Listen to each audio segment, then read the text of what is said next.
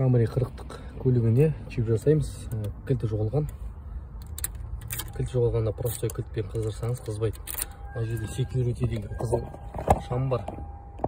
Сол сөнбейді. Кілтті ашқаннан.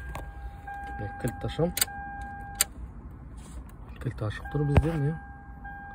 Бірақ ана security деген шам сөнбейді. Шам тұр. Чипсіз болсаңыз қоймайды. Көрдіңіз бе? Осыны оқытамыз. Жаңа чипімізді оқыттық. Енді ашамыз, аштық.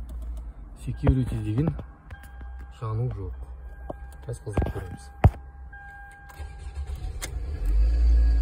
Immobilizer оқылды. Хабарласыңдар. Кілтіңіз жоғалып жатсаңыз, немесе екіншісін қосатын болсаңыздар хабарласың, жасаймыз кілттерді. Кез келген түрін.